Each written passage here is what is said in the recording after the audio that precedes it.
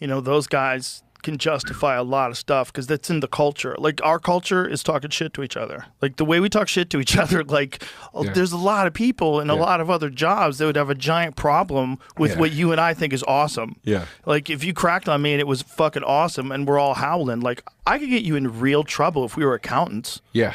Yeah. If we're accountants, that'd be a giant problem. Yeah. So we're used to fucking with each other, and we're used to laughing about stuff, and we're used to saying ridiculous shit that we don't really mean just for fun. And most people aren't. So this is our culture. This would freak, like, if you got normies and you brought them into the green room of the mothership, and we're all just hanging out one night, just talking and having fun, it'd probably freak them out. That people talk like this. Like, Jesus Christ, you guys are at work and you talk like this? This is crazy. It's why comics I've seen people get very offended who aren't comics that get brought into a green room. Right. And the comics are kind of ignoring them or making it very clear, we don't want you in here. Yeah. And people think that that's the comics thinking who the fuck they are. It's not. It's like, guys, we have a thing we do. You're not part of it. You're not going to understand it. And I've seen more than once somebody get offended by something we're saying who shouldn't have been in here in the first place. It's usually someone's boyfriend or girlfriend. Yes. Yeah. Almost always. Yeah. I'm trying to be nice. Yeah. It's someone's It's only girlfriend. happened once with a guy. But you got to count it. You got to count it. Yeah. Once in 1968, a man got offended in a green room. There's some guys that are just notoriously make bad decisions, and then they bring their bad decisions around for everybody else to revel in. God almighty. I mean, is there anything worse? That's right, but this is just our culture. That's the most minor of things to worry about. Someone fucking up the vibe of the green room with dopey talk, which is fine. Is fine. But it's so much better than in that cutthroat. So, like, it literally rewards sociopathic behavior. Like, to be a person who thinks entirely on the bottom line of the company. This is my job as a blah, blah, blah. Yeah. My job is to make sure that we make more money every fucking quarter, period, end of discussion. And then you get in that mindset, and that's what you're trying to do. And everybody else is trying to do that too, so they're all fucking each other over. And then what's the ultimate form of that? Politics. Yeah. The ultimate form of that. The ultimate form of fucking everybody over and making the biggest exaggerations and lying the most about people and using the most leverage. And it's wild to watch, man. And what you're describing is it's quintessential Rod Serling shit. Yeah. It's when it comes down to survival, because eventually that to me is what the technique is and how you get it to keep working in your favor if you're the asshole at the top of the food chain, right? You say, if I make people desperate enough, they will do desperate things to keep the situation that they feel now privileged to have or lucky to have. Right. And you get people. Did you ever see that Twilight Zone where the guy has the bunker? Yeah. And he tells the neighbors, I keep telling you, build a nuclear bunker. You're going to need it. They're all making fun of him. And then the thing comes over the radio as they're talking at dinner. There are nuclear missiles on the way, whatever. And he goes to his bunker, and they're all at his door, like, let us in. He goes, I told you guys you should have made a bunker. There's only enough room in here for me and my family. And they kick his door in, and they turn on each other, and they start getting racial with each other, right? God. And then at the end, it was a false alarm. Oh, God. And now everybody's revealed. Everybody's sitting there like, yeah. And they're like, well, sorry about that. And he's like, no, there's no turning back from this, Yeah. But that's what it is. It's people get so desperate. It's survival. And as long as they feel that fear, that threat, that my weekly paycheck might be cut off from me, and that starts the chain of dominoes to my children starving and whatever it is. Yep. People do some really foul fucking shit, man. Oh, yeah. Some really foul fucking shit, I feel very lucky that we're in several different ways. We're all operating sort of at different levels of this crazy industry we're in. But all of us in this circle that we now all exist in comedy, it's like we all get to be independently employed, independently sufficient. And I think that allows you to potentially live a better life, It's just a better way of life for sure. Well, at least for us. But the thing is, some people, they genuinely like coding. You know what I mean?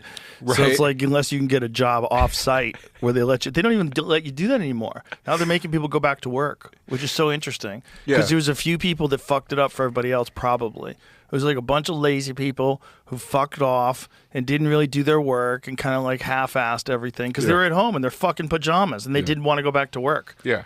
Yeah, there are guys out there that are like, I love being a janitor. What do you want me to do? I gotta go work somewhere. It's just people saying they don't want to go back to the office. That to me is a wild one. Like, everyone always had to work in an office. There was a reason. You go there, that's work. Right. When you're at home, you could just be staring at your phone. You could be jerking off. How many reporters got caught jerking off? Like the Zoom calls. Insane. You can't just leave people alone. Insane. They'll pretend they're doing as good a job. They're not. They got to go to the office. That's why, like, all the people that are like super ambitious, like psycho Elon Musk type characters, you got to go to the fucking office. You know, dude. I have mixed feelings about the office thing because I worked in offices at one point. I understand somebody saying, "Dude, it was soul deadening." The overhead lights, the gray cubicles, whatever, right? Oh, I get it. So I get like, I don't want to be in that environment. It sucks. But now you see offices, I talk about this in my act a little bit. It's like, now they make them fun. There's like ping pong tables and shit like that. I don't like that either. I think that creates the wrong vibe at work. That's severance. Yes. Right? Yeah.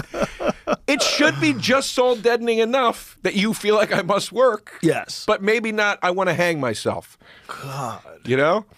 And I think all that beanbag chairs in the office shit is a fucking fishing lure. What did you do when you were an office worker?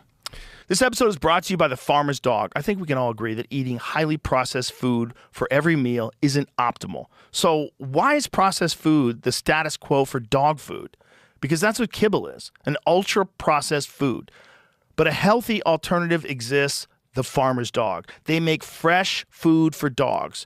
And what does it look like? Real meat and vegetables that are gently cooked to retain vital nutrients and help avoid any of the bad stuff that comes with ultra processing. And it's not just random ingredients thrown together. Their food is formulated by on-staff board-certified vet nutritionists. These people are experts on dog nutrition, and they're all in on fresh food. The Farmer's Dog also does something unique. They portion out the food to your dog's nutritional needs. This ensures that you don't overfeed them, making weight management easy. Research shows that dogs kept at a healthy weight can live up to 2.5 years longer. Head to thefarmersdog.com/Rogan to get 50% off your first box plus free shipping. This offer is for new customers only. The last one I had was I worked for the Senate in Texas. I worked for the. Your expression is so funny. I'm just waiting for you to finish this. This is interesting. I didn't want to give it away. I worked for the Texas Senate. I worked for the Senate Media Department during the 76th legislative session or the 77th. No shit. What'd you do with them?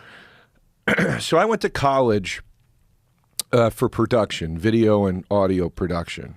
And I got out of school, and at the time, I graduated in 2000. So it was right after that whole Tarantino, Robert Rodriguez indie film boom happened. And I said, that's what I want to do. I want to work in independent film. I want to do that. I want to write scripts. I want to direct movies. I want to create like in that space. So I said, well, I keep hearing about this Austin, Texas.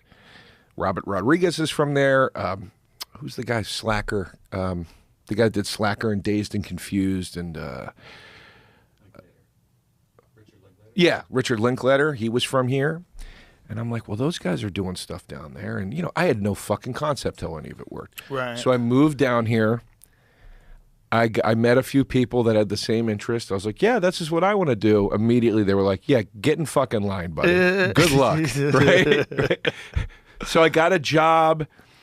For a little while, I was working at like the PBS or whatever, the government TV station over here, whatever the hell it was. Mike Judge is out here, too. Don't forget that. Oh, yeah, Mike Judge. Yes. Yeah. And I was working there, and it was brutal. You're holding a camera for 4 hours in a studio as two people talk about, fucking, I don't know, new county lines and shit. Your neck is burning. It was miserable. So I saw in the paper an ad back when you opened a newspaper to find a job, and it said, help wanted, Texas Senate Media Department, we need a radio reporter. I was like, well, shit, man. I'm already a performer because I was playing music and stuff, and I already had an interest in comedy, and I was like, and it's radio, so I know how to do production, whatever. So I applied, And I got the job, and the job was the Senate. The Senate has its own media department, and I was one of the people they sent to the Senate floor every single day for the legislative hearings, and I had to take notes and do a radio show at the end of every day that surmised whatever happened that day. And then you'd upload it to a server, and then all these local radio stations in Texas would download it and play it as their news break. And that's what I did every day. Oh, my God. And I sucked at it. How long did you do it for? For the whole session, which was like 6 or 8 months or something like that. Oh, my God. What are those people like? Joe? They party a lot, huh? Like motherfuckers. Isn't that crazy? I've been hammered with Texas senators. It's not just Texas. It's kind of all of them. Yeah, but I don't mean drunk. I mean like hammered. These guys would have catfish fries and keg parties. Somebody left cocaine in the White House, remember? Yes. Remember? Yeah. Somebody left fucking coke. Yeah. They brought coke to the White House. How did you do that? How'd you get in with coke? Dude, I knew nothing. Bro, have you seen Hunter? Sorry. I'm sorry. Have you seen Hunter Biden describing why crack is so good? It's the greatest crack advertisement of all time. No. If crack wasn't terrible for you, this guy makes me want to try crack. I'm not going to. Don't do it. I'm not giving any advice, but I'm saying this guy, like, legitimately, this might be